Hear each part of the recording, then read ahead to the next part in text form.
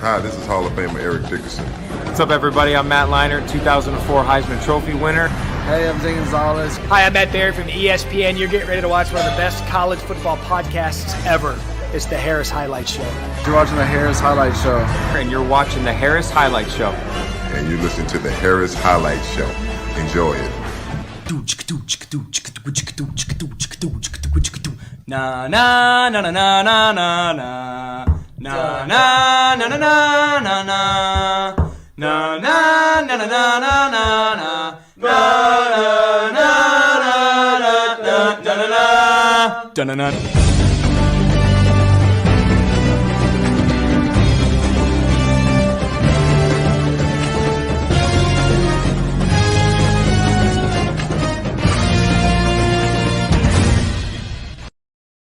Coming to you live from the Chateau in beautiful Monrovia, California, this is the Harris Highlight Show. Joining me this week is our college football expert, Lyle Goldstein, our college football analyst, Josh Schaefer. It's a weird show, so let's switch things up. I'm your host for the evening, and I guess executive producer as well, Blake Harris. Our very own Brady Klein is no longer with us, as I said in a previous show for those old-time listeners. He's been banished.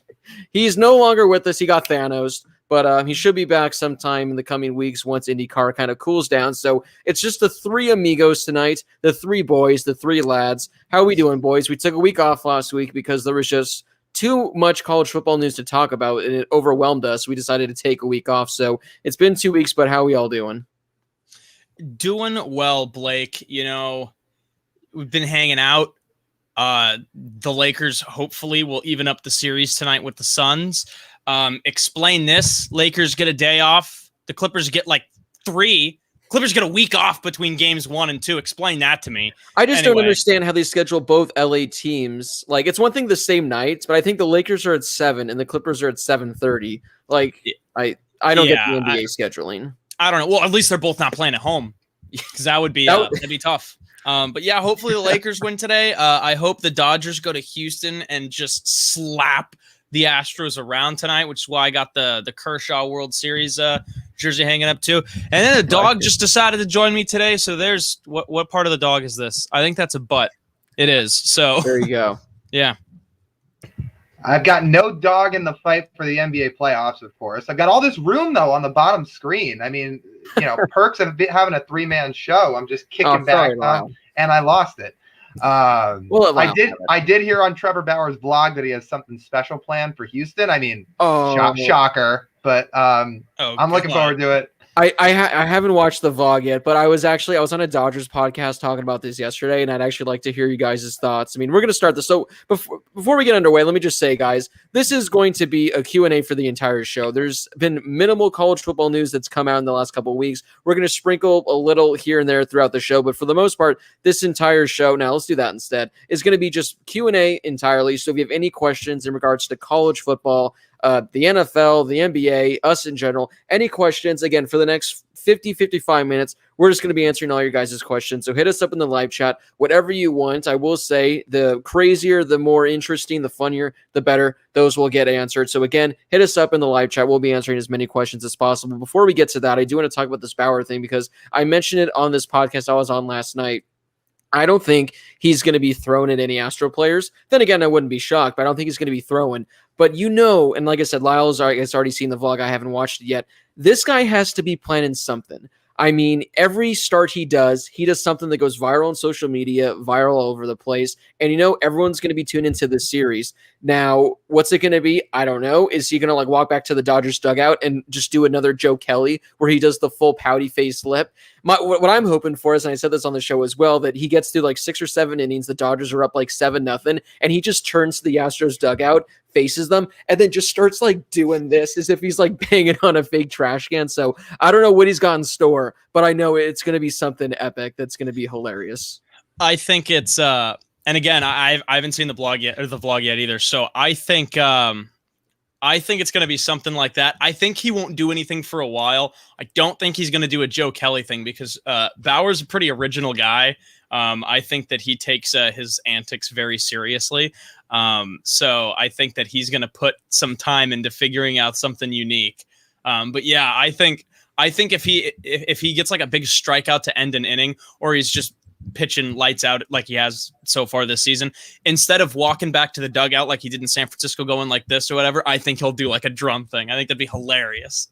See, sometimes he's a little bit careful about what he does. There was the whole thing with the cleats last year where the Major League Baseball told him if you wear those Joe Kelly cleats, you're going to get fined. And a lot of times he wants to avoid a fine.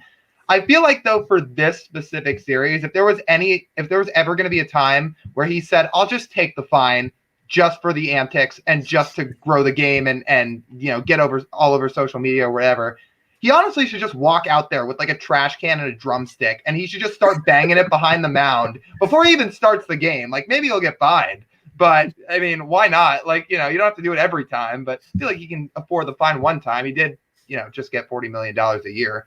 Right. So if somebody hits a home run, he'll file a formal complaint with the what's it called? The crew chief for the umpires. They'll just file a formal complaint. Dave will come out, and for the first time ever, Dave will get ejected. No, what is it, Lyle? The wristband, the umpire wristband. The umpire white armbands, because they can't take any more abusive player behavior from guys telling them, how about you call strikes?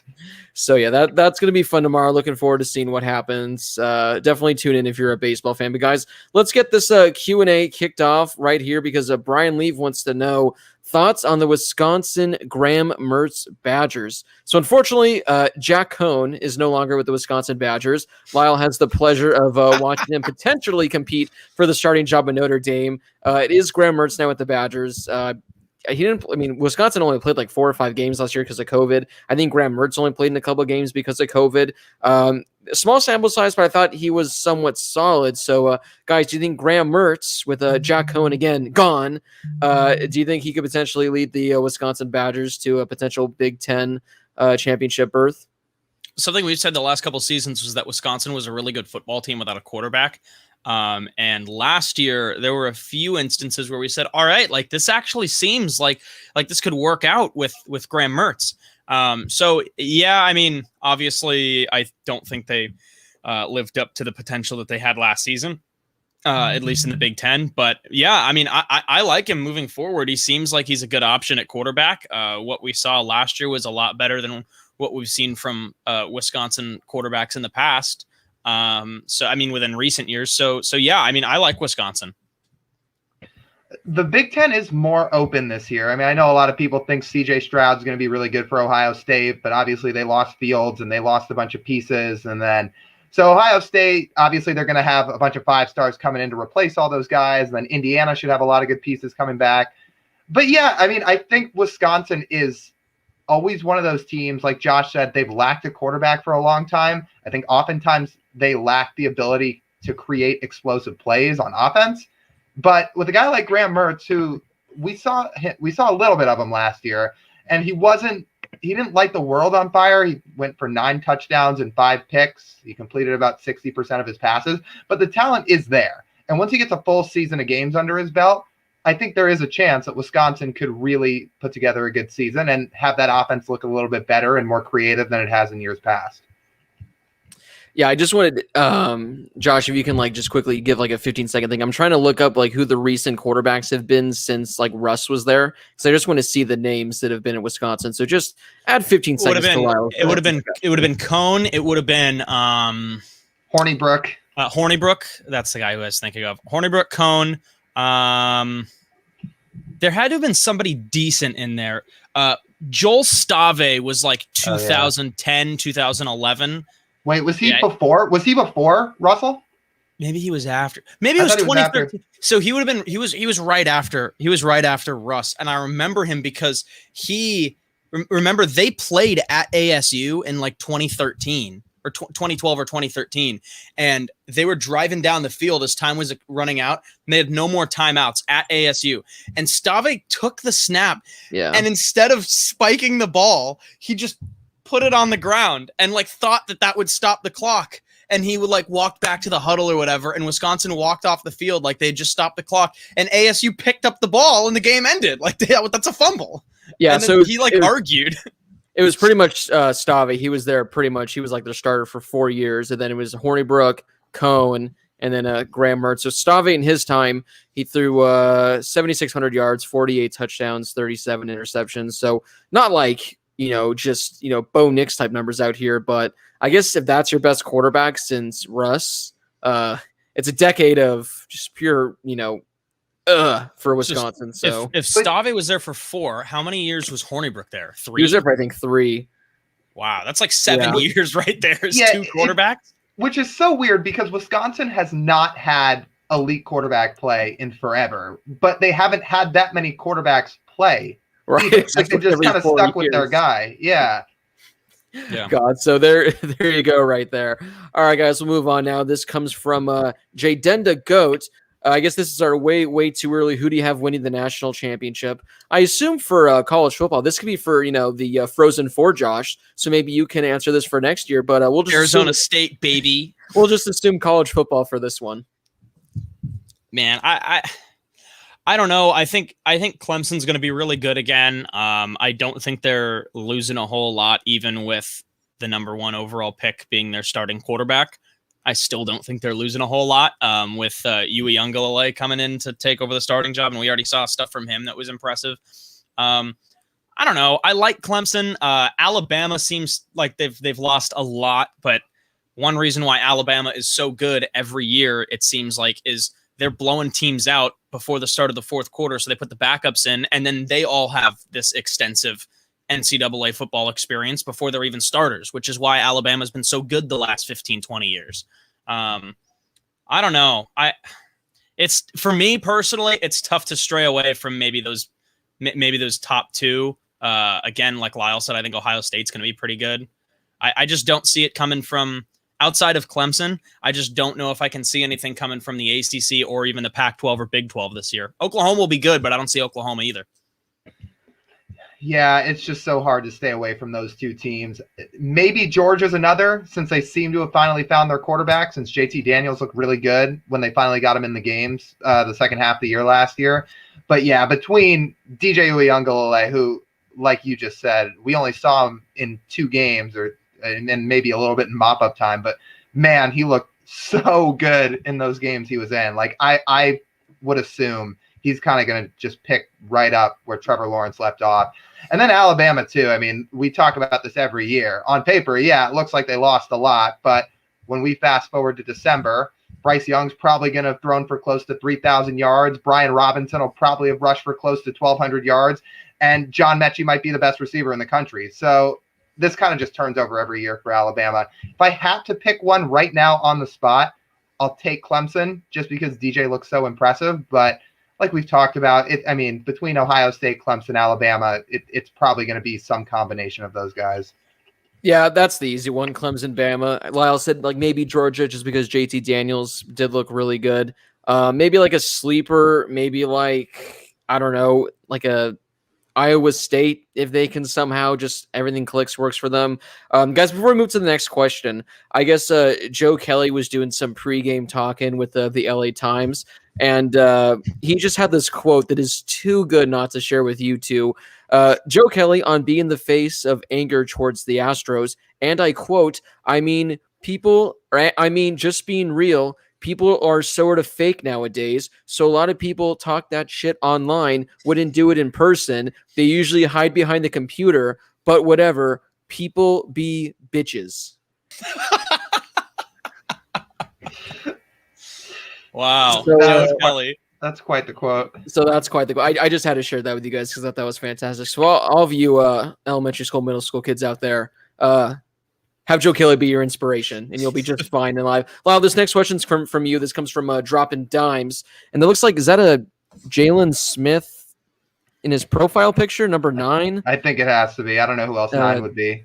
Which, by the way, did you hear that he's going back to number 9 with the Cowboys? And yeah, I saw his own number and paying probably like $500,000 to buy out the entire remaining number 54 jerseys he had. It's good for him. All right, Lyle. So in your opinion, what do you think Notre Dame's record's going to be? And your professional, unbiased opinion, of course. Yeah, probably Undefeated. about. Yeah, exactly. That's my opinion. National champions with Cone. Yes. Exactly. Never lost. Probably about 9-3. I think that's probably a safe pick. Because, well, one, they have a lot of really tough games this year.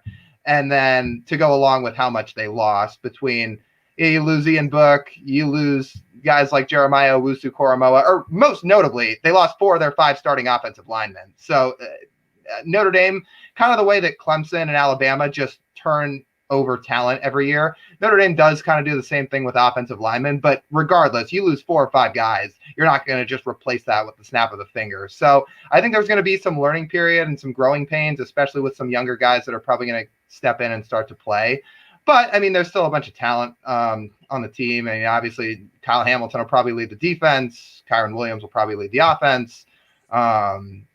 Yeah, I would say about 9-3, maybe 8-4, just because, again, they have a really tough stretch of games this upcoming year. So I would say right in that range.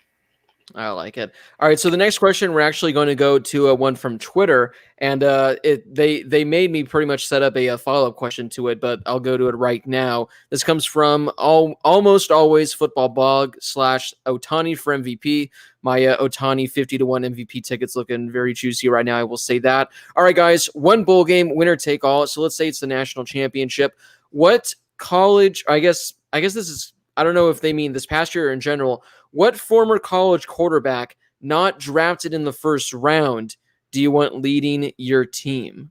So again, I don't know if this means for this past year or just any quarterback in general. Because if it's any quarterback in general, I mean, there's definitely some that are easy ones. I mean, you can go with Tom Brady, you can go with Russell Wilson.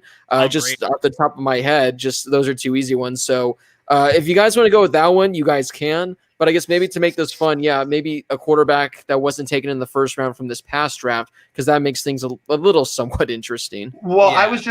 I was gonna ask before we go on about this question, because I saw it earlier. I don't know if this is supposed to be based on the player's college success or the success they had in the NFL. Because yeah, if it's the NFL, guys like Russell Wilson and Tom Brady are easy picks. But you know, Tom Brady wasn't this all-world talent when he was at Michigan. So I don't know if it means college talent or not. So how do we want to go about this?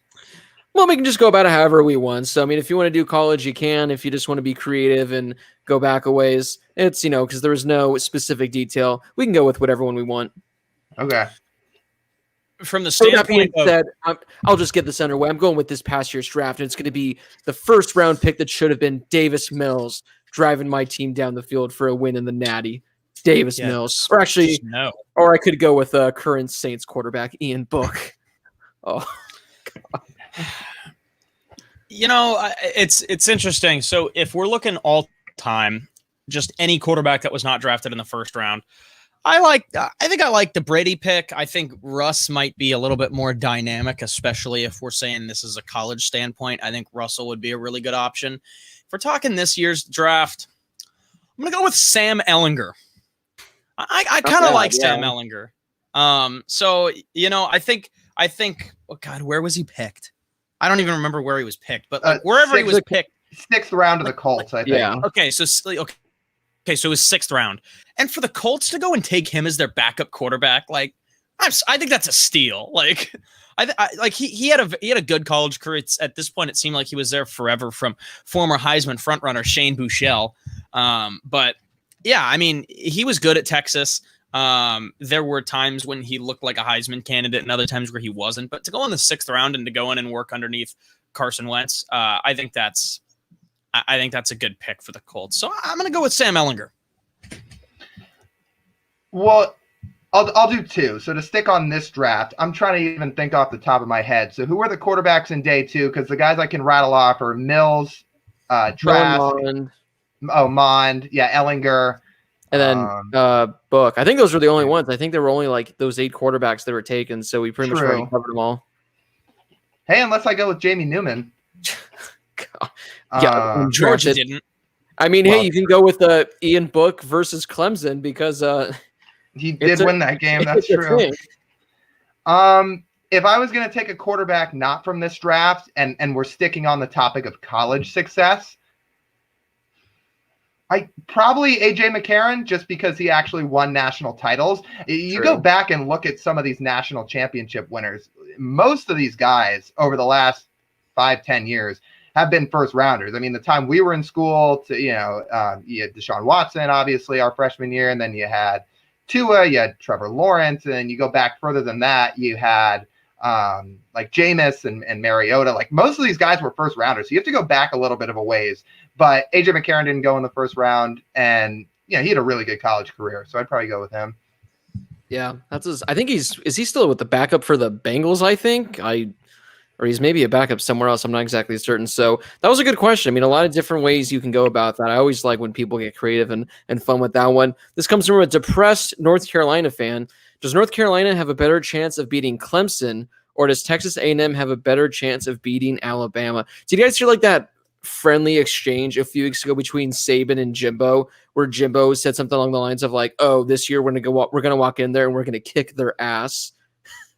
It was something like that, or we're gonna spend. It was something like that. And then Nick Saban was like, "Oh, is he talking about like on the green, like he's talking about in golf or something like that?" Now that you say it, yeah. So what, guys? If you had to bet, what do you think out of these 2 outcomes? What do you think is more likely to happen? So my concern with North Carolina is at face value, they lost a lot of talent around Sam Howell. They lose both of their running backs. They lose De'Ami Brown. And they also lost Newsome, right? So that's 4 offensive weapons that they utilized very well with Sam Ehlinger. All right, Sam Ehlinger. Good Lord, with Sam Howell. I guess I'm just a huge Sam Ehlinger fan all of a sudden. So that's my one concern with them. I do think it's really hard to doubt Sam Howell at this point, just because he's so good. And I think maybe even last year I put too much faith in him when it came down to some of my picks, like my weekly, in the weekly pick 'em and things like that.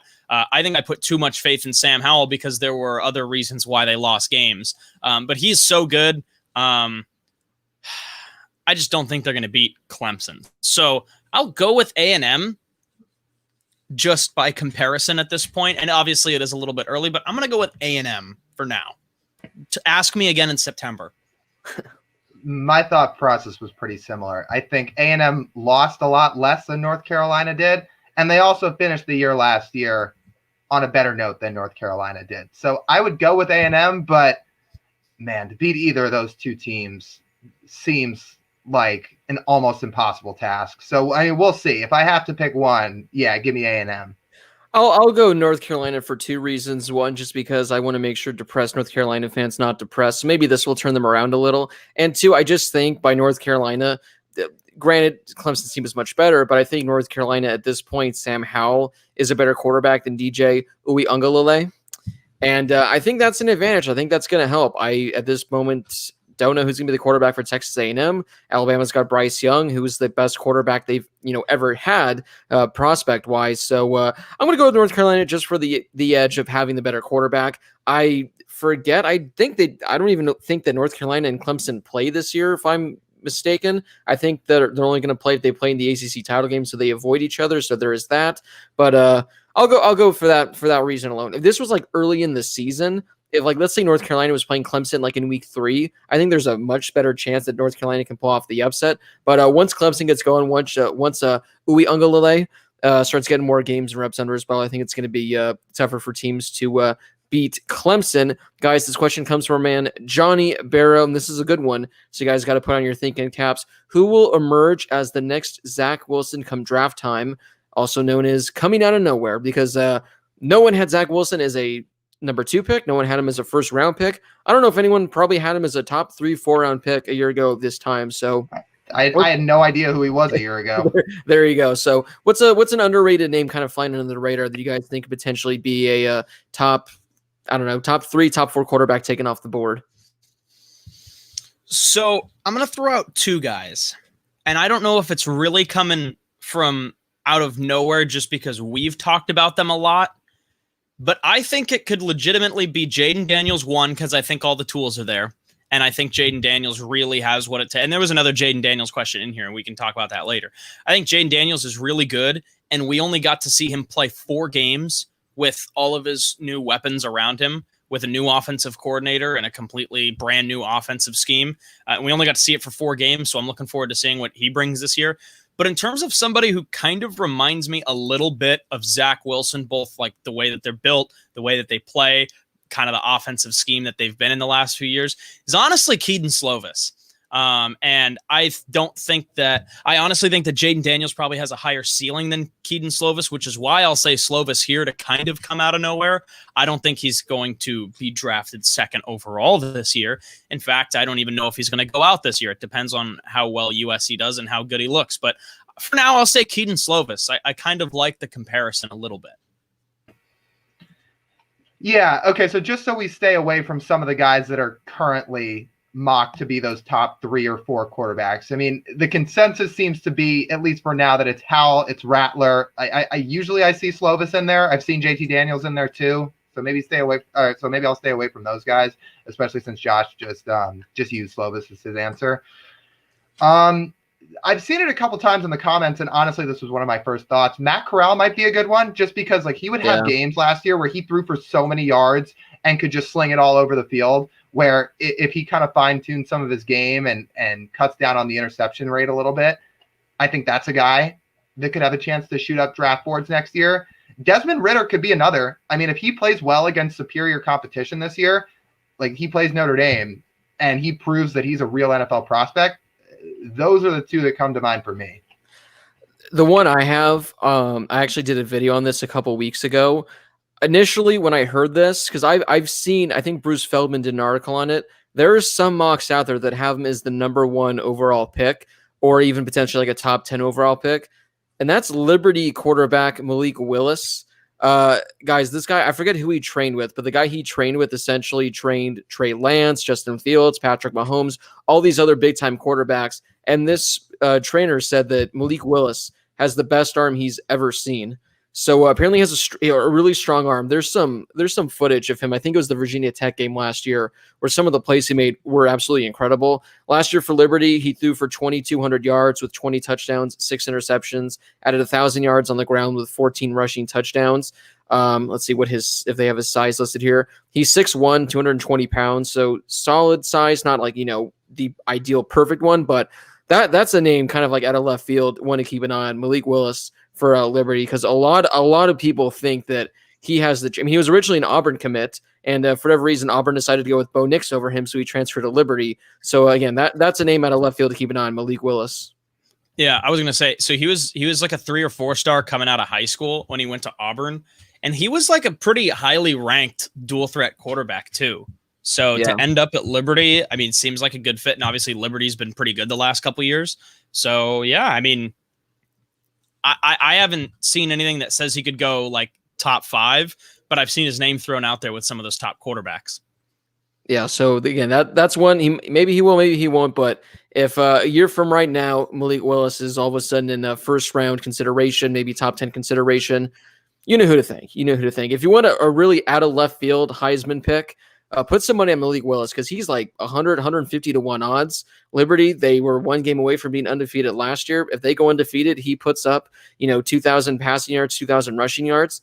I'm out here trying to get you guys some free money. But guys, we'll stay on the topic of kind of Auburn, because we talked about Malik Willis transferring because they gave the job to Bo Nix. So LSU quarterback, I guess you can say starting quarterback, considering they had like 3 starters last year. I think TJ Finley, he started 3 or 4 games, I want to say. He transferred to Auburn. So Christian wants to know, what do you think about TJ Finley transferring to Auburn? I still think Bo Nix will win the job, but I'm kind of cautious. What is very interesting for sure. So TJ Finley, I looked him up. I think he was a 4-star when he went to LSU. Guys, 6'6", 250. He's a big boy. He's a big dude, yeah. And there were glimpses last year. He looked good. I mean, granted, there were glimpses. All the quarterbacks LSU had last year looked good. But he goes to Auburn. Is there a chance he can give Bo Nix a run for his money? I mean, it's not hard. It shouldn't be hard to do. But what do you guys think about this interesting move? I think it's Bo Nix's job to lose. And again, like I've said this before, like I'm not a huge Bo Nix fan, and that quarterback class, there are a ton of guys that I would put over Bo Nix. The one thing that I do want to point out for optimism for people who don't like Bo Nix or want TJ Finley is you got a new head coach. Bo Nix was not Brian Harson's quarterback when he came in. Like Gus Malzahn's quarterback was Bo Nix. So now you've got a new head coach that comes from a completely different style offense up at Boise State. And it kind of just depends, I think, who fits that style more, depending on what Harsin plans on implementing there. So again, it obviously, I mean, this is obvious. It comes down to what Brian Harsin prefers, but I think it is worth considering that if you want it to be TJ Finley, Bo Nix was not Brian Harsin's quarterback. So I don't, for what it's worth, I think it's going to be Bo Nix, but yeah, I mean, I guess that's something to consider. I think Bo Nix will start the year with the job, but with the way he's played the last couple of years, and like Josh just talked about, a new head coach who might not have a bias toward Bo Nix, he might have a shorter leash this year. If he gets off to another bad start, he might get yanked. And a guy like Finley, who's got all the talent in the world, and he's got size, he's got a big arm, we might see him mid-season if Bo Nix doesn't get off to a quality start. Yeah, I mean, it's going to be interesting to see. Definitely a quarterback battle to keep an eye on. All right, guys, this comes from Alpha Buckeye Lion 2233. What is your craziest dark horse contender for the college football playoffs? I mean, this is like, normally we have like a hot take episode where we give our hot takes. This is one that you guys can use now. A crazy dark horse contender that no one sees coming. Someone is going to get a recording of you saying this team is going to make the playoff and make your life hell over the next couple of months. But who do you guys got? So Blake earlier said Iowa State, and I think that's a good pick for a dark horse. I'm going to go way out of left field with this one and say the Indiana Hoosiers. Oh, boy. Indiana is bringing like everybody back. They've got the main man, Ty Freifogel. They've still got Hendershot as their big tight end guy. They've got Michael Penix Jr. at quarterback. Now they just added Stephen Carr from USC, who's going to come in and be their running back. Obviously, you know, we all like Tom Allen, so Brady's not here today, but I'm going to roll with his boys and pick the Indiana Hoosiers out of the Big Ten. Big Ten champs, my dark horse for the college football playoff. This is tough because you want to think of one that's really a dark horse. Like, I'm trying not to do any of those teams that were preseason ranked top 10 earlier this week. If I really had to pick a dark horse, I could see it being Washington just because they have the top quarterback in the class coming in Sam Heward.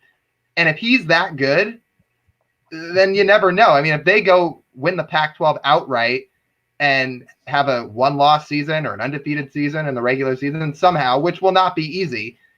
But if they have the best quarterback in this class, along with what's already a really, really good defense and a really good defensive coach in Jimmy Lake, that could be one.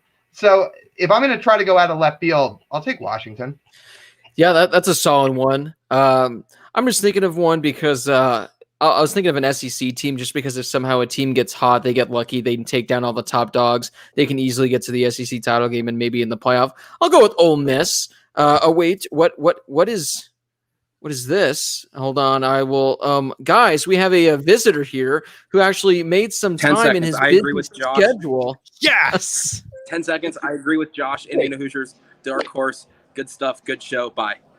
Yes. So Brady is too busy to join the show, but he's watching the show wherever he's at. I've got it on in the background. You fool. I've been commenting on the show, and you haven't even No, noticed. we appreciate your loyalty and your viewership. Yeah, We really I do. had to make an appearance. I felt bad. All right. Well, we appreciate it, dog. Now go All right, enjoy. Blake, who's going to win whatever. the Indy 500 this week? I got to go with either Elio or TK. If I don't Well, even know if they're racing. Both of which are starting in the top 9 of the race. So good picks. All right. I'm gonna go with T. No, I'm gonna go with Elio. Elio wins his 4th. All right, I like it, Blake. All right. Bye, Brady. All right. Well, Brady's gone. I don't even remember what the question is, but I'm going to go with Ole Miss just because Matt Corral, he had 2 games where I think he threw like 5 interceptions. And aside from those 2 games, he was actually really good. And I believe Ole Miss is like returning a lot of talent. They had a solid recruiting class. So again, if they go on a hot streak, beat some SEC opponents, why not? Guys, unfortunately, I didn't see this super chat donation when we were talking about it earlier because I've been just, keeping it at one question, just scrolling all the way to the bottom. So the questions we're answering now were asked like 25 minutes ago. So they're not the most recent ones just because I'm going in order. So Graham Kratochwill, if you want. Thank you for the super chat donation. But how do you feel about Malik Willis? So considering this came 27 minutes ago, this was before my discussion on him. So Graham Kratochwill, if you're still listening and watching, hopefully you heard my little spiel on Malik Willis and that answered your question. So thank you for the super chat donation. Again, you guys can help support the show. Your question comes up in a nice shiny color. It guarantees your question to be answered. So again, thank you very much, Graham. Guys, this isn't a question, but Asa just says Jack Hone. And Yes. Agreed.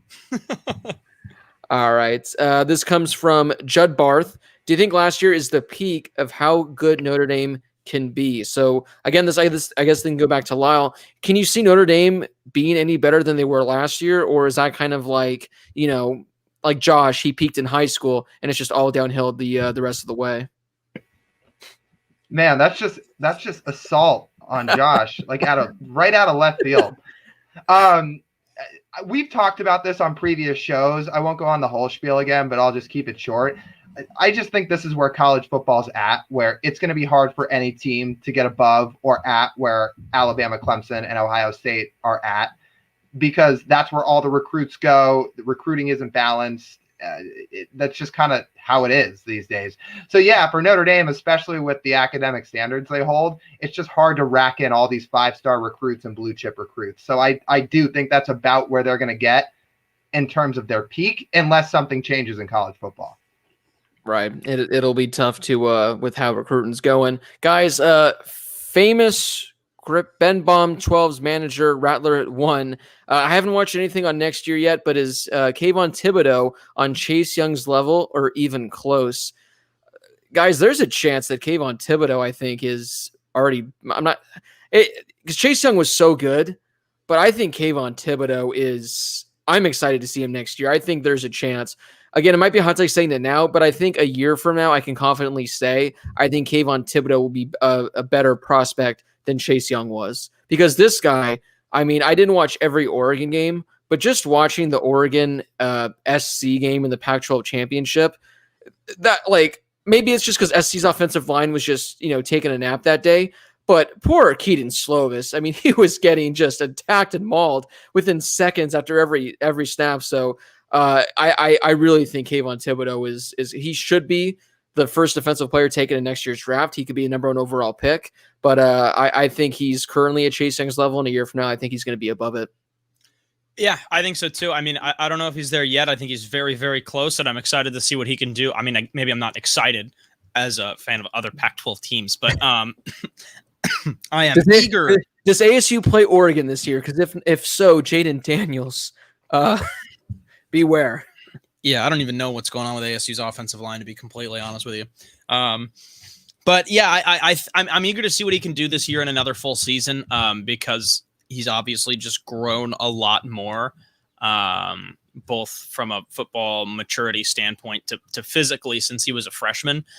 So yeah, I think he's very, very close, and I think that he could be an even more, an even higher touted recruit or prospect than Chase Young was. I mean, he's just that good. And I don't know what the size is. I think Thibodeau's bigger. Thibodeau is 6'5", 250. And I'm just looking at College Football Reference, and they have Chase Young at 6'5", 260. So Chase Young's a little bit bigger. Yeah, he's got a few extra pounds on him, but pretty same for the most part. Mm-hmm. There's people that think he's going to go 1 overall, just the way that Myles Garrett did in 2017. And I think there's reason for that. He had 9.5 tackles for loss in 7 games last year. So, yeah, I'm not going to say he's quite at Chase Young level yet, but the potential is certainly there, and I wouldn't be shocked in the slightest to see him get there by the end of next year. Yeah, and Kayvon Thibodeau's 2 seasons as a true freshman and as a sophomore, he's played in 20 games, has 23.5 tackles for loss, 12 sacks, 6 pass deflections, a forced fumbles. So keep an eye out for him because he's going to be looking really good. All right, let me see what we can see. Oh, here's a good one, guys. This comes from a Snake Durant Goat. This is one that I think it's been some while since we've kind of talked about, but what are your guys' favorite college football team uniforms? So you guys can go with a classic, just beautiful one. You guys can go with an alternate that you really love. So throw them out there. What are some favorites you guys got? I like a lot of the classics. For whatever reason, really like Notre Dame's road jerseys with the gold, white, and gold. I love USC's home jerseys. I love Michigan's home jerseys. Those are 3 classic ones that I really like. So the SC and Michigan home, the Notre Dame road jerseys, and then something like that's more, I don't know, more modern. Love what ASU's got. I love everything about what ASU's football brand been like the last couple years. I like Maryland a lot, and probably my favorite uniforms in college football were Baylor a few years ago, before they did this rebrand where it's like mostly like the bright green and yellow. When they mixed in like the gray and like the metallic gold and the black a couple years ago when they had Bryce Petty as their quarterback. Those were some of my favorite like uniforms in college football. So I really like those. I think my favorites are those ASU jerseys that they wore back in 2016 when they went to Oregon. What were they called? They were either called Desert Chrome or Desert Swarm. They haven't brought those back in forever, which I wish they would, because I don't think they're going to. I know, which is a shame, because those were clean. Like I would love to see them wear those a few more times. The Oregon uniforms when they were Ducks. Those were objectively horrible. Those ones and the blue ones. Like you guys know I hate Oregon's jerseys, but I'm saying this with like complete objectivity. Those Duck jerseys and then the blue ones were so bad in so many different ways. Remember when they wore pink? That was pretty cool. But like I even get that. I get that one. But the bright orange socks, the color of your rival, and they're like, we're Ducks, bro. We're Ducks. We look like Ducks. For those out there watching, if you ever bump into Josh in person and you just want to get him going for whatever reason, 2 things. Tell him, 1, you love Oregon's uniforms, or tell him you love UCLA. Tell him you love the UCLA band, and that'll get him absolutely going. That's a story for a show. Like, I can tell that story on a show. We'll save it for when we're consuming alcohol during the summer and talking about ASU moments. 5-Star Wrestling, will San Jose State are they going to be the new Boise State of the Mountain West? Like, are they going to win the West Division almost every year? Are they going to be the team to beat in the Mountain West? This was a team, guys, I think 2 years ago, they had 1 win. I think the year prior, they had 0 wins. This past year, they won the Mountain West for the first time. They're looking good. The recruiting class is getting better and better. So, obviously, it's not going to happen overnight. But can the San Jose State Spartans, can the city of San Jose convince people that it's better to live there and go to college than in Boise, Idaho? That's the real question. You don't know how badly I want to say yes as an answer to this, but this is another one of those like kind of BS answers I'll give, and it's I'll believe it when I see it. And that's not I'm not trying to insult San Jose State or San Jose State fans. It's just simply that the Mountain West outside of Boise State has shown no consistency over the last 10 years. None. Like San Jose State was great last year. What were they the year before? Winless? 1 win? Year before that, like Fresno State, awesome, won the conference. Year before that, 3 wins. Like, there's just no year-by-year consistency. And sure, back when Davante Adams was at Fresno State, they were consistent for a few years, and they played USC in a couple bowl games, and they were good. And then after that, they were not very good. And it's been the same thing with San Jose State or San Diego State, where they've been kind of up and down. So for the most part, like, there just hasn't been a whole lot of consistency outside of Boise State and maybe San Diego State, I guess. But other than that, like, the conference has been so up and down. Look at Hawaii. Like, there was a legitimate conversation like 2 years ago, and it still might be a lingering conversation that the University of Hawaii should disband its football program because it wasn't worth it. No one was coming to games. They weren't winning. No one wants to travel out there, even though they get that extra 13th game. Like, it doesn't matter. Nobody wants to go. And then they have one good season, and it seems like the conversation's just gone. And then it comes back a year later when they're bad. So I like the Mountain West. I'll put Mountain West games on CBS Sports Network when no one else is watching. Like, I'll put them on, but I will believe it when I see it. I hope so. I think you answered that pretty well. And nobody outside of Boise State seems to consistently put together 3-4 really competitive years in a row. And until somebody does, I can't really sit here and say that, they're going to overtake Boise State. So if San Jose State puts together a few 8, 9, 10 win seasons 3 or 4 years in a row, then maybe it'll be a different conversation. Were Davante Adams and Derek Carr at Fresno State at the same time? Yep. How does that happen? They had another good receiver on that team who never turned out to do much. But they had that Vegas Bowl team when they played USC. A lot of people came into that saying, like, Derek Carr with Davante Adams and whoever the other receiver was, like, could cause problems for USC, and they didn't. But like, I thought they were going to. As a sophomore, Davante, I guess as a redshirt sophomore, Davante Adams at Fresno State had 131 catches, 1,700 yards, and 24 receiving touchdowns. Ridiculous. Just another week at the office for that guy. Yeah, I'm looking here to see. Yeah, some of these names I don't really recall, so maybe it was like a different one. So who knows, guys? Tyler, what kind of magic will Mike Norvell and Mackenzie Milton spark at Florida State this season? So if you guys recall, Mackenzie Milton, he's now the quarterback there, looking good. Reports so far, really, really good on him. So Florida State, I mean, is Mackenzie Milton the kind of guy that can lead them back to the promised land of relevancy? Man, I hope so. I think college football is better when you've got a good Florida State team. And they have been so horrifically bad the last couple of years, except for their big win over North Carolina last year. But I don't know. I think Mike Norvell thrives with a quarterback like Mackenzie Milton. And again, he's coming off a really devastating injury.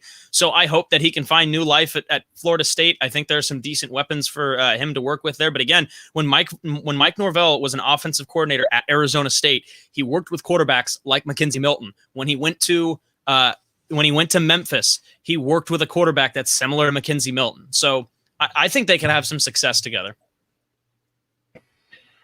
Yeah, I think Norvell will certainly turn them around. At the very least, make them competitive in the ACC, even if they're not consistently winning ACC titles over Clemson. For Mackenzie Milton, I mean, first and foremost, I really just hope he has a full healthy season and can stay on the field. I mean, I think that should be priority one. But for his sake, I hope he gets back to the form that he was at UCF, because when he was at UCF, he was really good. I mean, he was probably top 8 to 10 in the Heisman conversation before he went down. So for his sake, I hope he revives his career. And I think a guy like Norvell, who's had success everywhere he's gone, can turn that Florida State program around. Right. So, I mean, like you said, hopefully he stays healthy, because that's the most important thing. Guys, we're going to rattle off some quick questions coming from our Instagram account. So if you haven't done so yet, go to Instagram, follow us at Harris Highlight Show. We'll answer all of your questions over there if you have any moving forward. Guys, the first one from the _, what do you think of Bijan Robinson? Keontae Ingram transferred. That's how good Bijan Robinson is. I'll leave it at that. Right. Oh, yeah, he's a tank. I mean, he's got a chance to be the best running back in the Big 12 next year, if not the best running back in all college football. Just add more to it. Stephen Carr transferred. That's how good Keontae Ingram is. Yeah, Keontae Ingram is so good that Stephen Carr transferred from USC when Keontae Ingram came in, and he transferred to USC because of Bijan Robinson. So it just goes on and on. Then some Indiana running back's going to transfer, and it's going to be Will Castillo. So, guys, Sean 1T, what is Sam Howell's floor and ceiling this season? Floor is going to be as good as he was last year. There's another one of my BS answers. Ceiling is I don't know. I think he's really good, and I'm not going to compare him with a guy like Trevor Lawrence, for example. I'm not even going to compare him with Justin Fields because I think he's a different type of quarterback. But I think going into the season, Blake mentioned this earlier, I think DJ Uiagalelei is really good. I think Bryce Young could be really good. For me, the best quarterback in college football this upcoming season is Sam Howell. So take that for what it's worth. Yeah, floor is, I think he regresses a little bit. And again, this is at the absolute lowest just because he lost so many weapons that if he regresses a little bit but still puts up a really quality year and finds himself in the top 10 of the NFL draft come 2022, I think that's his floor. His ceiling is he plays himself into a number one pick and he's competitive with Clemson in the ACC title game. Maybe they even find themselves into winning it. I mean, and Josh said he's not really like Trevor Lawrence or Justin Fields. His playing style, I think it's similar to what Baker Mayfield did at Oklahoma. I think that's a fair comp, and I know he's a little bit small. I want to say he's 6'0", right on the dot, Howell. But he's a playmaker. He's got a good arm. He can roll outside the pocket. And like we've seen, he's a really, really good football player. So I think ceiling is he's got a chance to take North Carolina into the ACC title game with a shot to win it. All right, guys, we got time for one more question on Instagram, and then we're going to rattle off a bunch from YouTube because we have about 10 minutes to go. So the final question from Instagram comes from JR.Notsmith_. What is a terrifying experience you've had with an animal? I was in the Philippines, and we were driving through the city streets, and I looked, and I thought I saw a cat on the sidewalk. Nope, it was a large rat. Lyle, I'll answer for him. Every time he's ever seen a dog ever. Is that correct? What do you think? No, I was gonna say that I don't want to swim in the ocean because of sharks, but I've never actually had to have an encounter with the sharks, so maybe that doesn't count. I'm very similar to Lyle for that standpoint, but I will actually swim in the ocean because if I can stand, ain't no sharks around. I'll stand. I just won't go out deep into the water. Is all. All right. So for me, one time I was in the car with my mother and we were driving down our street and there's a big, massive tree in the middle of my neighbor's lawn across the street. And when we pulled out of the driveway, there was a cat with its back like up against a tree surrounded by 3 raccoons. And we get raccoons here every once in a while. And like around here, like raccoons like aren't like super aggressive or mean or anything, but they, like they can be. Like raccoons can be. For me, like I've had a raccoon follow me up to the front door and just kind of hang out because it thought I had food, but I didn't. But yeah, they had cornered this cat and they were like hissing at the cat and about to attack. So like I jumped out of my car and distracted them. And like all 3 raccoons like surrounded me and were like hissing at me and started walking toward me. And the cat turned around and ran inside the house, my neighbor's house, and I like slowly backed up and then got in the car and closed the door. And when the raccoons turned around, the cat was gone. So basically, I'm a superhero for that cat. That cat is alive today because that was like 6 years ago. So I don't know if that cat's still alive, but yeah, that was pretty scary. They were big, man. They can get huge. They can. All right, guys. Again, 5 to 10 minutes, so we're gonna go through as many as possible to end this show. Joey, for Uya, what non-quarterback can win the Heisman this season? Bijan Robinson, maybe. I know Lyle probably doesn't like the running back pick. I usually don't either at this point, but I think that he could. I think he'll get the attention that he could. Yeah, I mean, a running back to win a Heisman certainly isn't unheard of. I mean, Derrick Henry did it not that long ago. So Bijan Robinson puts up a year like that. It's certainly possible. Is there a chance we see back-to-back receivers? Maybe one of the Ohio State guys like Olave or Wilson, if one of them really pops off. I mean, that would be my guess. Although I guess the problem with that is because they both play on the same team, they're probably going to split catches and targets, where when Jalen Waddle went out last year, it was Devontae Smith's show, which is why he ended up winning the Heisman. So maybe that's tough. Yeah, I would guess one of those receivers if it's going to be a non-QB. Yeah, it's tough to say. I mean, I can't see there being a running back this year. I mean, that seems kind of like the easiest, maybe non-quarterback. But I mean, there's like some solid names, but there isn't one that you just immediately think like this guy can give everyone a run for their money. So I don't know. Maybe a wide receiver, maybe Kayvon Thibodeau, if he just has a historic season, maybe he can make a push. I mean, if a wide receiver could win last year, maybe we can have like, our first true defensive player ever win this upcoming year. So something to keep an eye on. This is a really good one from James. What preseason top 10 team this year is going to be the LSU of last season? So we don't have an official. I don't think we have the official like AP top 25 yet, just kind of like ESPN's top 10s and what kind of stuff like that. So not necessarily a consensus top 10 yet, but there's like 15 teams you can say are going to be in the top 10 or so. So again, any one of the top teams, guys, which one do you think has a chance to potentially kind of have a down season and potentially, finish 5? Because I think LSU finished the season 500, if I remember correctly. So who can you see finishing 500? It could be Texas A&M, I think. And I don't know about 500 because I think they'll just play more games in general. And I just don't think they'll be 500, but I think there's a chance maybe Notre Dame. And that's just kind of me throwing one out there. Again, like I think it's kind of early, and I don't want to say Cincinnati yet. They obviously didn't lose a whole lot, but I think they're definitely on the bottom side if we're looking at just the top 10. I don't know. I'm not feeling Iowa State to have a bad year. They're returning a lot. So I guess I'll say A&M or Notre Dame. I don't know if I really believe that, but if I had to pick one or two.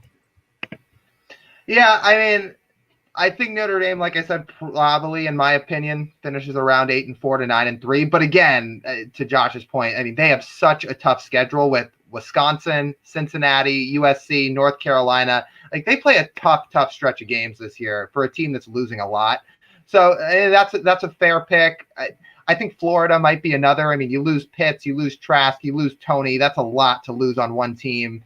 And it kind of is all going to fall on Emory Jones this year. So I could see Florida falling out of the top 10 pretty quick. Those would be mine. Yeah, Florida's a good one. That was actually going to be my guess, just because they lose, a really good quarterback, a really good tight end. So I wouldn't be shocked if aggression comes from them, guys. Bri, will Michigan win the national championship before 2030? So they got 9 seasons to get it done, guys. Do you like those odds? Is Harbaugh still there? Oh, he will be. So somebody in the comments earlier said, what Big Ten coach is on the hot seat? And my honest answer would have been Jim Harbaugh if he hadn't signed an extension. An extension! Like, if you don't want to renew it, fine, but an extension? Anyway, and I mean, I got my makeshift Harbaugh hat somewhere around, yes, and my fake belly.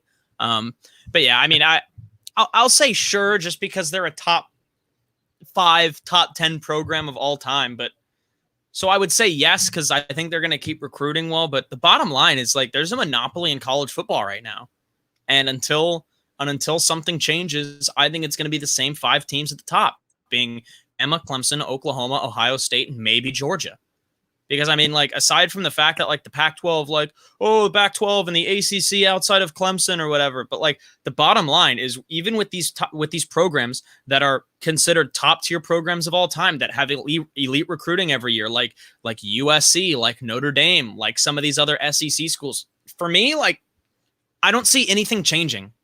I mean, 10 years is a long time, so a lot can change in 10 years. But right now, like, in 2 years, Clemson is not going to be irrelevant. Bama's not going to be irrelevant. And remember, there was a time nobody cared about Clemson. Like 12 years ago, Clemson was irrelevant. 15 years ago, Alabama was not irrelevant, but was not Alabama. Like, and I just don't see that changing for the next 5-10 years. Yeah, I agree. It's like I talked about earlier, like we've talked about on other shows, unless there is some type of recruiting restraint that's put on for X amount of 5 stars that certain teams can recruit or whatever, which probably won't happen because that's basically forcing players to go somewhere they maybe don't want to go. Yeah, I don't see it either. You know what? In 2030, Michigan could be the hot spot, and all the recruits are going to Michigan for all we know. But it's hard to say that 9 years into the future, I see Michigan winning a national championship. So I think the safe answer is no. I'll give him the benefit of the doubt and say yes, because 9 years is a long time. A lot can happen. All right, guys, a few more. We're going to rattle off. Our man Connor, what is more important for a team jersey to be great, the jersey or the helmet design? That's a great question. And let me say that a bad jersey can completely ruin your entire uniform. But if you design a great helmet and then work your way down, you're in business. And you know what? You go and you look at all of the most iconic programs of all time. What are they known by? Their helmets. Notre Dame, Michigan, Ohio State, USC, I guess Bama, Penn State. Like, they're all known for their helmets. So, and plus on game day, no one's hanging up a jersey in front of the desk. They're putting the helmet there. Right. Yeah, I'll say helmet. I think that's fair. Wow, doesn't care. No, I don't know how they much could go out in t-shirts. Oh, they could. White t-shirts and just all white helmets. Nothing else. Penn State. I do like a cool helmet. All right, guys, we got time for one more. Unfortunately, short round doesn't appear to be with us this week, so we can't end it on a short round question. But we'll end it on a Snake Durant GOAT question. What is your guys' dream Super Bowl matchup? I actually want to see Joe Burrow versus Russell Wilson. So Bengals versus Seahawks. My initial one, I mean, we should have had it a couple years ago, but referees decided to bat an eye, was Drew Brees versus Tom Brady. That was a Super Bowl that we never got. We should have gotten. It would have been fantastic to see. So unfortunately, we couldn't get that one, but I'll think about which current one I would like to see. Yeah, I mean, if we're going to be honest, the Saints probably had 5 or 6 more chances to win that game and still didn't. So that's not on the refs. But I mean, they call it, they kick a field goal and they win the game, so it is on the refs. Yeah. They did change a rule for the next year.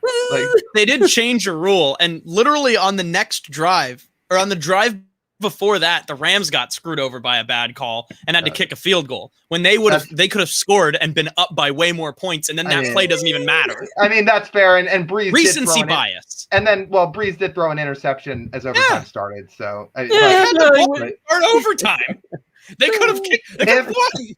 If we're gonna pick a dream Super Bowl matchup, I'm gonna be objective here and leave my own team out of it. So I mean, I feel like that's more fair. I still want to see Mahomes and Rodgers. That's what I was hoping to see last year. So I hope at some point before Aaron Rodgers retires, we get to see that, and that everybody's healthy for it. That both teams are at full strength, full weapons. You know, Patrick Mahomes is not missing both of his offensive tackles and has no time to throw the ball in a Super Bowl.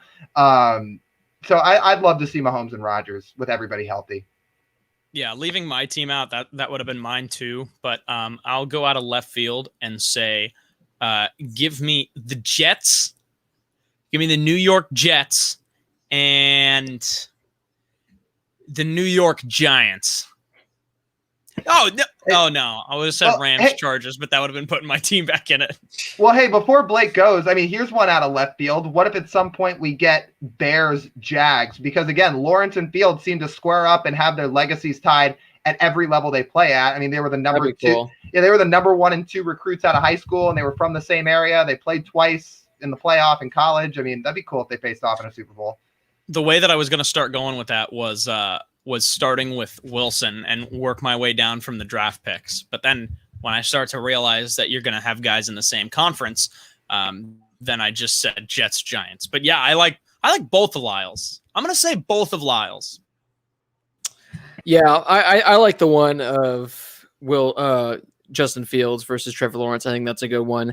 And then at this point, just give me Tom Brady versus, I'm trying to think, Aaron. Have they? I'm trying to think.